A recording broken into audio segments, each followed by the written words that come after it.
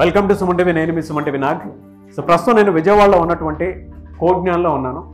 చాలామంది వాళ్ళ అంటే ఏఐ టూల్స్ వచ్చేసిన తర్వాత కొంతమంది ఏమో టెక్నాలజీ పెరిగిపోతుంది కాబట్టి ప్రతి ఒక్కరూ కూడా సాఫ్ట్వేర్ వైపు రావాలి అనుకునేటువంటి వాళ్ళు ఈ వీడియోని పూర్తిగా చూడండి.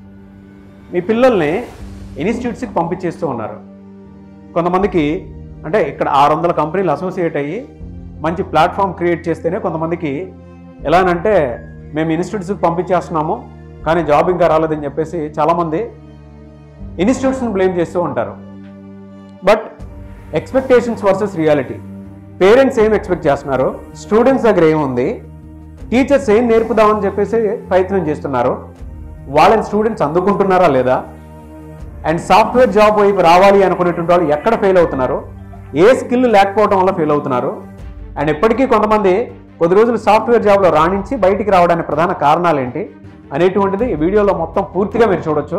సో ఫస్ట్, ఇంజనీరింగ్ కాలేజ్ బయటికి వచ్చిన తర్వాత కాలేజ్లో ఉన్నప్పుడు స్టూడెంట్స్ ఎలా ఉన్నారు, బయటకు వచ్చిన తర్వాత వాళ్ళకి జాబ్స్ ఎందుకు రావట్లేదు అనేటువంటి విషయం ఫస్ట్ మనం స్టాఫ్ దగ్గర నుంచి తెలుసుకుందాం. ఓకేనా? సో స్టాఫ్ మాట్లాడతారు, మనతో పాటు ఉన్నారు కొంతమంది. సో చక్రవర్తి గారితో స్టార్ట్ చేద్దాము. మీ ఐడియాలని చెప్పండి సార్. ఎందుకంటే స్టూడెంట్స్ అసలు వాళ్ళ బయటకు వచ్చిన తర్వాత ఫెయిల్యూర్ గానే కనిపిస్తున్నారు. దానికి కారణం ఏంటని మీరు అనుకుంటున్నారు? ఎందుకంటే మీరు సిస్టంలో ఉన్నారు, ఎడ్యుకేషన్ సిస్టంలోనే ఉన్నారు. సో మీరు ఫేస్ చేసేటువంటి ప్రాబ్లమ్స్ ఏంటి స్టూడెంట్స్ తోటి అనేది? So, I am Chakravarti.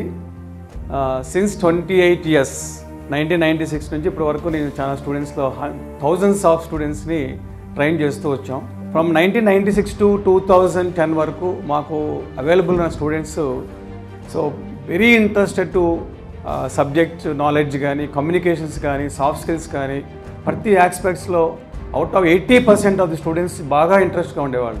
తర్వాత గ్రాడ్యువల్గా ఇంజనీరింగ్ కాలేజెస్ పెరగడం వల్ల, ఆపర్చునిటీస్ ఎక్కువ రావడం వల్ల స్టూడెంట్స్లో స్టూడెంట్స్ అందరూ కూడా డిఫరెంట్ ఐఐటీస్కి వెళ్ళటం, టెక్నాలజీ అడాప్ట్ చేసుకోవడం వల్ల వాళ్ళకి మంచి మంచి కాలేజీలు రావటం, నెక్స్ట్ లెవెల్లో ఉన్న స్టూడెంట్స్ లోకల్ కాలేజీలో చేరటం, అప్పుడప్పుడే ఫ్రెష్గా రావడం ఫ్యాకల్టీ ఒక్కటి కారణం ఒకటి.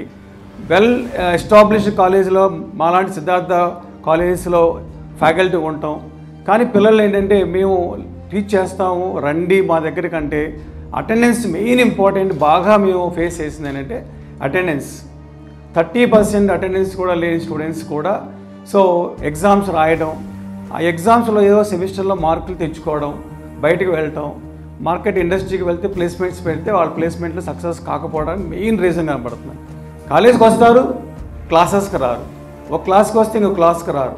అది మెయిన్ డ్రాబ్యాక్గా మేము ఉన్నాం. తర్వాత స్టూడెంట్స్ని మోటివేట్ చేసాం.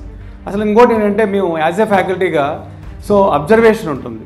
క్లాసెస్కి అటెండ్ అయినప్పుడు వాళ్ళలో ఉన్న స్కిల్ ఏంటి, ఏ స్టూడెంట్కి ఏం నేర్పించాలి, out of 50 స్టూడెంట్స్లో 40 student attend the class, ఈ 40 మెంబర్స్లో వాళ్ళకి ఏం స్కిల్ నేర్పించాలి, వాడి దేంట్లో స్కిల్స్ ఎక్కువ వాడికి అవసరం వస్తున్నాయి, వాడి యొక్క యాటిట్యూడ్ ఎలా ఉంది, గ్రాస్పింగ్ ఎలా ఉంది, మ్యాథమెటికల్ ఎబిలిటీ ఎలా ఉంది, వాడి కమ్యూనికేషన్ స్కిల్స్ ఎలా ఉన్నాయి. సబ్జెక్ట్ నేర్చుకోవాలంటే కొంత కమ్యూనికేషన్ స్కిల్స్ రావాలి, ఇంగ్లీష్ లాంగ్వేజ్ అనేది ఉండాలి కంపల్సరీగా. ఒక ఆర్టికల్ చదవాలన్నా కూడా ఆ సబ్జెక్ట్ నాలెడ్జ్ మీద వాడికి ముందు ఇంగ్లీష్ లాంగ్వేజ్ మీద కొంచెం పట్టు ఉండాలి, చదివింది అర్థం చేసుకోవాలి. మేము ఇచ్చే గైడెన్స్, వాళ్ళు తీసుకునే రీడింగ్ క్యాపబుల్స్ ఇవన్నీ కూడా లెక్కేసుకుంటేనే వాడికి సబ్జెక్ట్ వస్తుంది. ఈ ప్రాసెస్లో మీరు పేరెంట్స్కి ఏం చెప్తారు సార్? ఎందుకంటే మీరు ఒక మాట అన్నారు, అట్లీస్ట్ మీరు కాలేజ్లో ఉండకపోయినా సరే బయట ఇన్స్టిట్యూట్స్లో అయినా సరే అంటే కోజ్ఞాన్ లాంటి ఇన్స్టిట్యూట్స్లో అయినా సరే పిల్లలు వచ్చి ఏదైనా నేర్చుకుంటే చాలా బాగుంటుంది, కానీ దాన్ని కూడా యూటిలైజ్ చేసుకోవట్లేదు అనేటువంటి పాయింట్ చెప్తున్నారు. పేరెంట్స్కి మీరు ఏం అర్థం సరే కాలేజీకి పంపిస్తారు, మీ పాయింట్లో నుంచి ఏం అర్థం తెలుసుకున్నారు? ఇక్కడ కొంతమంది పేరెంట్స్ కూడా ఉన్నారు. పేరెంట్స్కి యాక్చువల్గా కాలేజెస్ మేమంతా కూడా పేరెంట్ మీటింగ్స్ పెడుతున్నాం. కానీ ఆ పేరెంట్ మీటింగ్ రమ్మంటే ఓన్లీ 10% పేరెంట్స్ మాత్రమే వస్తున్నారు. 90% పేరెంట్స్ అసలు రావట్లేదు. ఫోన్లు చేసి మెంటార్స్ ఉంటారు, 20 స్టూడెంట్స్కి ఒక మెంటార్ ఉంటారు. ఆ మెంటార్ అందరికీ ఫోన్లు చేస్తే మేము బిజీగా ఉన్నాం, మాకు జాబ్స్ ఉన్నాయి, మేము రాలేకపోతాం. అది కూడా ఏంటంటే కొంచెం out of the college hours కూడా మేము ఉంటాము, ఆఫ్టర్ 5 తర్వాత కూడా ఉంటాము, రండి మీ స్టూడెంట్ మీ అబ్బాయి గురించి మాట్లాడాలి, మీ అమ్మాయి గురించి మాట్లాడాలి రండి అంటే కూడా వాళ్ళు రావట్లేదు. నేనే ఒక రైల్వే ఎంప్లాయీ అయినా, ఆయన పెద్ద పొజిషన్లో ఉన్నారు, ఎన్నోసార్లు చెప్పాను మీ స్టూడెంట్ ట్రాక్ తప్పుతున్నాడు, రండి సార్ నేను గైడెన్స్ ఇస్తాను చెప్తా అంటే ఫోన్లో చెప్పండి సార్ నేను ఫాలో అప్ అయిపోతా ఉంటాను. ఇప్పటికి 4 సార్లు ఫోన్లో చెప్పాను వాళ్ళకి. స్టూడెంట్స్ వాళ్ళు attendance is very very important. Learning కూడా వాడికి స్కిల్ తక్కువ ఉంది, నేర్చుకోవాలి, అడిషనల్గా వాడు ఇన్పుట్ పెట్టాలి. బయటకి అంటే కాలేజ్ ఎన్విరాన్మెంట్లో ఏంటంటే మేము ఇచ్చేది 5.5 hours టైం వాళ్ళకి.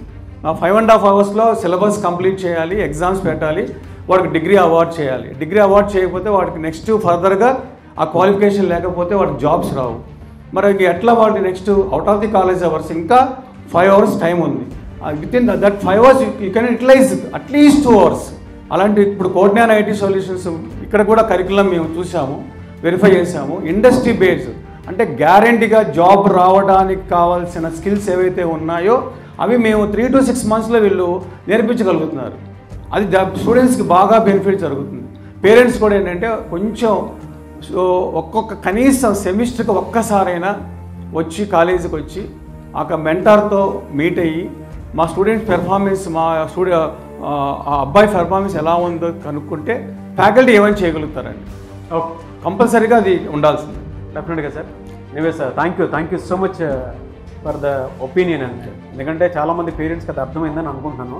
మీ పిల్లలు ఎక్కడ తప్పు చేస్తున్నారో అనేటువంటి దాని మీద చక్రవర్తి గారు చెప్పడం జరిగింది. సిద్ధార్థ కాలేజ్ ఈజ్ ఫ్రమ్, ఎందుకంటే ఆయన చాలా రోజుల నుంచి, చాలా ఇయర్స్ నుంచి ఆ ఫీల్డ్లో ఉన్నారు అని చెప్పడం జరిగింది.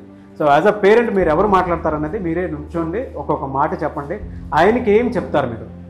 మీ పిల్లల్లో స్కిల్ సెట్ లేకపోయినా సరే కోజ్ఞాన్ లాంటి స్కిల్ సెట్ ఇచ్చేటువంటి ఇన్స్టిట్యూట్లో పంపించినా కూడా కొంతమంది ఫెయిల్యూర్ అవడానికి కారణం ఏమని చెప్పేసి మీరు అనుకుంటున్నారు. At the same time me opinion నుంచి అంత విన్నారు కదా, మీరేం చెప్తారు? పిల్లల యొక్క స్టడీ ఎలా ఉందో తెలుస్తుంది. ఇప్పుడు మాస్టర్ కొన్ని సూచనలు చేశారు. అటెండెన్స్ చాలా తక్కువ ఉంటుంది, కేవలం డబ్బులు అయితే కడుతున్నారు కానీ విద్యార్థులు పట్టించుకోవట్లేదు. అది ఫస్ట్ ప్రతి ఒక్కళ్ళు కూడా, ప్రతి తల్లిదండ్రి కూడా అలా చేసుకున్నప్పుడు ఏదో మనం మొక్కుబడిగా కాలేజీకి పంపించే విధానం నుంచి మనం బయటికి రావాలి. ఆ తర్వాత ఈ కాలేజీల్లో కూడా చాలామంది మాస్టర్లు ఫోన్ చేస్తే లిఫ్ట్ చేయరు, ఐ కాల్ బ్యాక్ అని చెప్తారు, కానీ లిఫ్ట్ చేయరు, తర్వాత మాట్లాడరు. అది కూడా నేను ప్రాక్టికల్గా నేను అనుభవించాను. ఎట్ ప్రజెంట్ నా దగ్గర ఒక మెసేజ్ కూడా ఉంది. ఇప్పుడు ఇక్కడ ఎలా మా వాడు ట్రైన్ అవుతున్నాడో కాలేజీలో కూడా ఏమన్నా కంపెనీలు వస్తున్నాయా, మరి మా వాడు సిఆర్టీపీ క్లాసులకు హాజరయ్యాడు కదా, దాని గురించి మీరేం సమాధానం చెప్తారంటే ఐ విల్ కాల్ బ్యాక్ అంటున్నాడు, కానీ ఆయన ఫోన్ మాట్లాడారు. అట్లాగే మాస్టర్లు కూడా మన దగ్గర నుంచి 4 ఏళ్ళు ఇంజనీరింగ్ అయిపోయింది, మనం చేయి దులుపుకున్నాం, పని అయిపోయింది, మన ఫీజు మనకు కట్టేశాడు, వాడు సర్టిఫికెట్ ఇచ్చేద్దాం, వాడు తిప్పలాడు పడతాడనేది కాకుండా, అరే బాబు అలా కాదురా, నువ్వు యూటర్న్ తీసుకో, జాలీగా చేసేది చేసేవి అయిపోయింది, ఇక నుంచి అన్న ఈ లాస్ట్ ఇయర్లో ఉన్న జాగ్రత్తగా, మామూలుగా టెక్నికల్ అంతా కూడా లాస్ట్ ఇయర్లో ఉంటుంది, నేను కూడా డిప్లొమా చదివాను, లాస్ట్ ఇయర్లో ఉంటుంది. ఆ టెక్నికల్ సబ్జెక్ట్స్ కూడా వాళ్ళకి జాగ్రత్తగా చెప్పి, ఆ గ్రౌండ్లో తిరుగుతున్నాడు మనకెందుకు లేని వదిలేయకుండా మాస్టర్లు కూడా అలా కాదురా బాబు అని చెప్పేసి 2-3 సార్లు చెప్పి జాగ్రత్తగా వాళ్ళని మన సొంత పిల్లల వల్ల ట్రీట్ చేసి, మాస్టర్లు కూడా మన బిడ్డకి భవిష్యత్తు ఎలా చేకూరుస్తామో అలాగే మన విద్యార్థులకు కూడా అలా చేకూర్చి చేస్తే భవిష్యత్తు కూడా బాగుంటుంది. మాస్టర్ చెప్పినట్టుగా కాలేజీకి మంచి పేరు వస్తుంది, ఆ విద్యార్థికి కూడా మంచి పేరు వస్తుంది. మీరు అనుకున్న విధంగా కోజ్ఞాన్ నుంచి రెస్పాన్స్ వస్తుందా? నేను అయితే ఆ విషయంలో ఫస్ట్ అసలు మీకు చెప్తాను ఇక్కడ జాయిన్ చేయడం కారణం, నేను కొన్ని వీడియోస్ చూశాను, దాంట్లో నాకు సాయిరామ్ గారి పెర్ఫార్మెన్స్ నచ్చింది. నేను అసలు హైదరాబాద్లో జాయిన్ చేయడానికి ప్రిపేర్డ్, ఫీజు కూడా ఒక అప్లికేషన్ ఫీజు కట్టేశాను. కట్టేస్తే ఆ తర్వాత నేను యూటర్న్ తీసుకుని, సరే మనం పామర్లో ఉంటాం, విజయవాడలో ఇన్స్టిట్యూట్ ఉందా, ఆయన ఏమంటే ఇక్కడే, నేను ఒకటే అడిగా, ఇక్కడైనా హైదరాబాద్లో అయినా బెంగళూరులో అయినా టీచింగ్ మొత్తం ఒకటే ఉంటుందండి, దాంట్లో ఏమి ఇక్కడ ప్రొఫెషనల్స్ ఉంటారు అక్కడ లేరు అని చెప్పారు. నేను అది కూడా గ్రహించా, ఒకటే తేలింది. సరే మనకు దగ్గరలో ఉంటాడు, నాకు మంచిగా అనిపించింది, అందువల్ల నేను కోజ్ఞాన్లో జాయిన్ చేయడానికి సుముఖత చూపించానండి. నమస్తే అండి, మా బాబుని కేఎల్ యూనివర్సిటీలో చదివించాను. అయితే బాబు సెకండ్ ఇయర్లో సెకండ్ సెమ్లో ఒక సబ్జెక్టు వాళ్ళు మరి ఆ లెక్చరర్ మధ్య బాబు మధ్య ఏం డిస్కషన్ జరిగిందనేది పేరెంట్స్గా మాకు తెలియదు. పిల్లలు తప్పు చేయొచ్చు కాదని అంటలా, పిల్లలు ఆ ఏజ్లో ఉన్నారు, తప్పు చేసే ఏజ్లో ఉన్నారు, చేశాడు మా అబ్బాయి మంచి పని చేశాడని కూడా నేను అనను. వాడు తప్పు చేసినప్పుడు యాజ్ ఎ పేరెంట్గా మాకు ఇన్ఫార్మ్ చేయాలి. వాళ్ళు చేయలేదు ఓకే, మాకు అసలు తెలియని కూడా తెలియదు.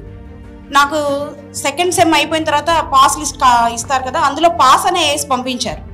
4th ఇయర్ అయిపోయిన తర్వాత సర్టిఫికేట్స్ కోసం నేను వెళ్తే అబ్బాయి ఫెయిల్ అయ్యాడని చెప్పేసి సెకండ్ సెమ్లో ఒక సబ్జెక్ట్ ఆపేశారు. సెకండ్ సెమ్లో. అలాంటప్పుడు మరి పేరెంట్స్గా నేను ప్రతి సెమ్కి ఫీజు కట్టడానికి నేనే వెళ్తా, బాబుని కూడా పంపించను. అదేంటంటే ఎడ్యుకేషన్ లోన్ పెట్టి చదివించాను, దాన్ని ఆ ఎడ్యుకేషన్ లోన్ చెక్ తీసుకుని నేనే వెళ్తా కాలేజ్కి. అలాంటప్పుడైనా వాళ్ళు చెప్పాలిగా మీ బాబుది ఇలా జరిగింది అని. 2 years తర్వాత నేను సర్టిఫికెట్స్ కోసం వెళ్తే సబ్జెక్ట్ ఆపినట్టు చెప్తారా వాళ్ళు? అది కరెక్ట్ కాదు కదా.